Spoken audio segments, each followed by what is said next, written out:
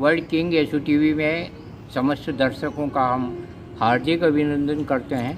आज लेने जा रहे हैं हम एक ख़ास मुलाकात बी अलवारी जी से, जो कि समर्पित भाव से प्रेम का संदेश देते हैं और हर मिशनरी में सर्वधर्म एकता का भी संदेश देते हैं, सद्भावना का कार्य करते हैं। बी अलवारी जी, आपका स्वागत है वर्ल्ड एक्सप्रेस चैनल द्वारा भी, और बी अलवारी जी का हम स्वागत करते हैं।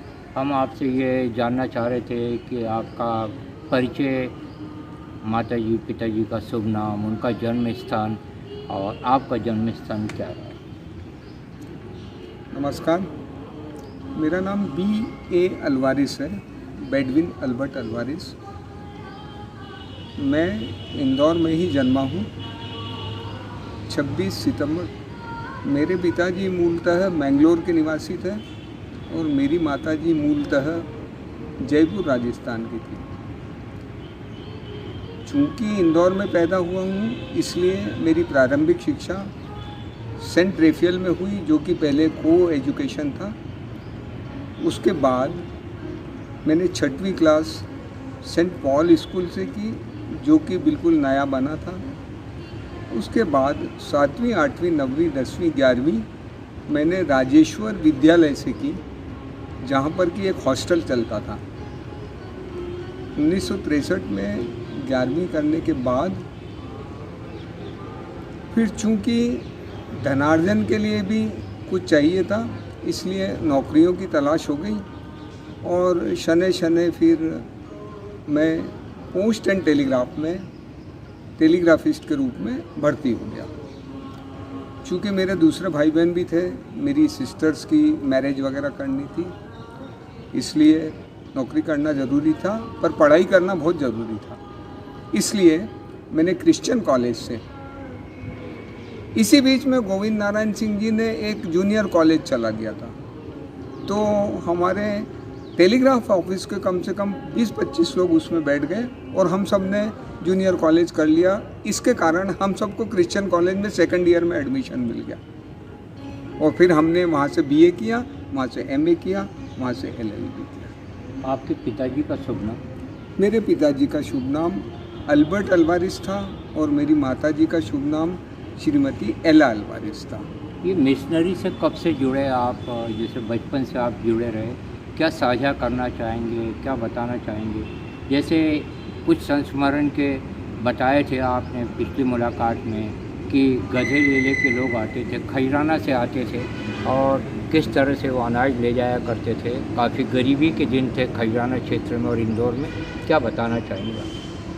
मैं ये बताना चाहता हूँ कि आप ये पीछे जो रेड कलर की बिल्डिंग देख रहे हैं, ये हमारा पुराना चर्च था। यहाँ पे हम सब बच्चे आते थे और चूँकि मैं यहाँ पैदा हुआ, इसलिए बचपन से हम इसी चर्च को बिलोंग करते हैं और सब बच्चे यहाँ आके प्रार्थना करते थे।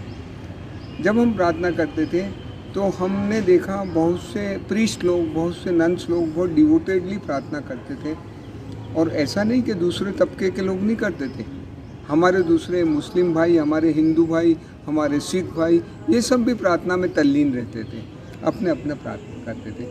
तो बचपन से ही ऐसा देखा कि सब जन प्रार्थना करते हैं, ईश्वर में सब लोग विश्वास करते हैं।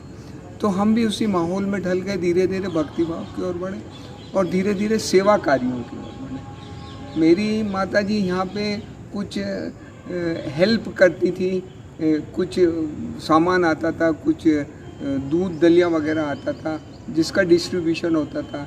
तो इधर पड़ोस की बस्ती से लोग आते थे।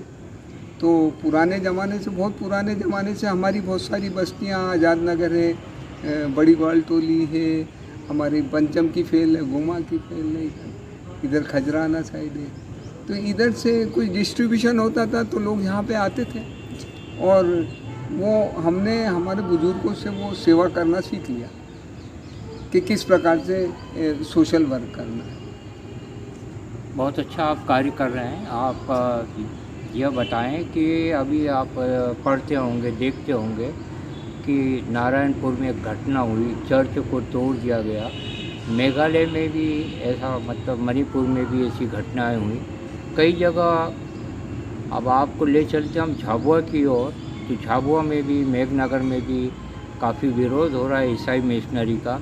और ये अत्याचार जो हो रहे हैं, ऐसा सब देख के क्या प्रतिक्रिया व्यक्त करना चाहेंगे? कैसा लगता है ये आपको आज़ाद भारत में? ये उचित है कि अनुचित है? देखिए, जहाँ तक मेरा नॉलेज हैगा, प्रत्येक धर्म इस बात को बिल्कुल स्वीकार करता है कि दो बड़ी शक्तियाँ काम करती हैं, एक का नाम है अच्छाई और एक का नाम है बुराई। जब अच्छाई की खेती लहलहाने लगती है तो बुराई सोचती है कि उस खेती को किसी तरह नष्ट तो किया जाए, और यही प्रकृति है, ये मानव का स्वभाव बहुत पहले से रहा है। तो बिना किसी जातिवाद के, बिना किसी धर्मवाद के, बिना किसी भाषावाद के, मैं तो ये स्वीकार करता हूँ कि अच्छाई जब जब अच्छे अच्छे काम करेगी, बुराई को हमेशा बुरा लगेगा, और बुराई चाहेगी कि ये अच्छे काम बंद हो जाए, चाहे वो कोई भी करे। तो इसलिए ये मानव स्वभाव के अनुसार ऐसा होता है। अब आप हमारे नाखूनों को देख लीजिए, हमारे नाखून बहुत सुंदर लगते हैं, पर ये छोटे छोटे कभी बढ़ जाते हैं। ये छोटी सी बुराई है जिसको हम काट के फेंक देते हैं। तो जो समाज में बड़े बड़े लोग बैठे हैं, उनको भी चाहिए कि समय समय पे जो समाज में थोड़ी बहुत गंदगी आ गई है, उसको यदि साफ करते रहे तो अच्छा है। और ये गंदगी वैचारिक आती है, ये कोई कूड़ा करकट नहीं रहता है। एक गंदा विचार आ जाता है, वो दूसरे व्यक्ति तक जाता है और बस वो फैल जाता है, तो आपस में जहर फैल जाता है। बाइबिल के पढ़िए आपने, तो क्या संदेश देना चाहेंगे प्रभु यीशु के उपदेश के रूप में? प्रभु यीशु को भी आपने पढ़ा होगा, उन्होंने कहा कि सबसे प्यार करो, और प्यार के लिए प्रेमवाद का समर्थन करते हुए वे सलीब पर चढ़ गए। और कहा जा रहा है कि प्रभु यीशु पुनः आएंगे, ये कलयुग चल रहा है, तो आप क्या कहना चाहते हैं? देखिए, जैसे मैंने अभी आपको पहले भी बताया, हम जिस तबके को बिलोंग करते हैं उसका नाम है कैथोलिक। कैथोलिक शब्द का मतलब ही है सबके लिए। It is not for one person, ये एक व्यक्ति के लिए नहीं है, ये सबके लिए है। सबके लिए मतलब संसार के जितने मनुष्य हैं सबके लिए। और हम जब एक दूसरे को मिलते हैं तो हमें ये सोचना चाहिए कि हम उस दूसरे व्यक्ति को क्या दे रहे हैं। यदि हमारे में अच्छाई है तो हम उसको अच्छाई देंगे, यदि हमारे में बुराई है तो हम उसको बुराई देंगे। इसलिए मेरा ऐसा मानना है कि हम जब भी जिससे मिलते हैं, हम स्वच्छ मन से मिलें, साफ मन से मिलें। और ईश्वर भी यही चाहता है कि एक इंसान जब दूसरे इंसान से मिले तो बिना किसी भेदभाव के मिले, बिना किसी स्वार्थ के मिले। देखिए, मैं यहाँ पे कोई प्रचार नहीं कर रहा हूँ, मैं आपको एक छोटी सी बात बताता हूँ कि एक व्यक्ति को कुछ लोगों ने लूट लिया था और वो सड़क पे पड़ा हुआ था, और वहाँ से बहुत सारे व्यक्ति गुजरे। उनमें से कुछ तो ऐसे गुजरे जो उसको पहचानते थे, उनमें से कुछ ऐसे गुजरे जो उसके रिश्तेदार भी थे, पर किसी ने उसकी मदद नहीं की। आखिर में एक अनजान व्यक्ति आया, उसने उसकी मदद की, वो उसको हॉस्पिटल ले गया और उसका इलाज वगैरह कराया। अब आप मेरे को ये बताइए कि आखिर में मेरा पड़ोसी कौन है? कौन है मेरा पड़ोसी? मेरा पड़ोसी वो है जो मुसीबत में मेरी मदद करता है, जो जब भी मुझसे मिलता है प्रेम से, क्योंकि प्रेम सर्वोपरि। ईसा मसीह ने भी यही संदेश दिया कि प्रेम सबसे सर्वोपरि। अगर आपके पास प्रेम है तो आपके मन में न तो नफरत आएगी, न द्वेष आएगा, और न किसी प्रकार की हिंसात्मक भावनाएं आएंगी। आप केवल प्रेम करोगे और केवल प्रेम करोगे।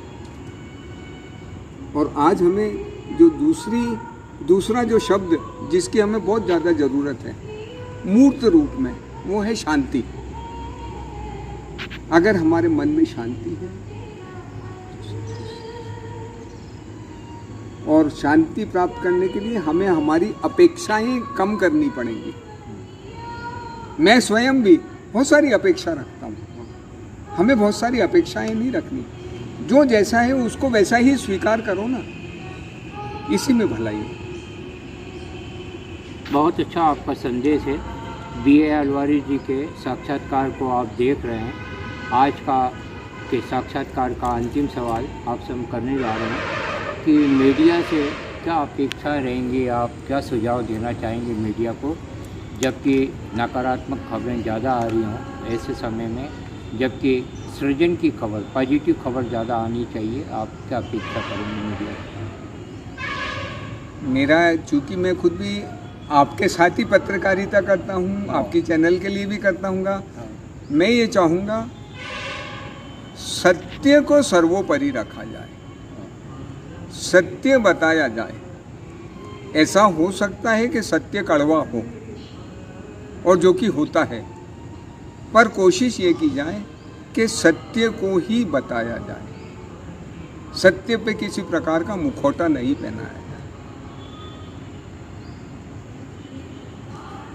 बहुत अच्छी बात हमारे वरिष्ठ पत्रकार, चिंतक, वक्ता बी.ए. अलवारी जी ने कही।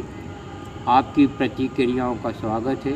आपकी प्रतिक्रियाएं मानवता को और महकाएंगी और लोकतंत्र को मजबूत बनाएंगी। मैं साथ में आपकी चैनल को बहुत बहुत धन्यवाद देता हूँ। आप लोग हमसे जुड़े हैं, हम आपसे जुड़े हैं। मैं इस चैनल के लिए बहुत सारी प्रार्थना करता हूँ। ईश्वर इस चैनल को और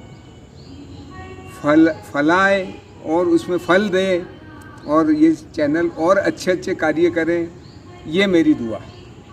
क्या बात, आपकी शुभकामनाएं हमारे साथ हैं। बी.ए. अलवारी जी का हम अभिनंदन करते हैं। भारत माता की जय।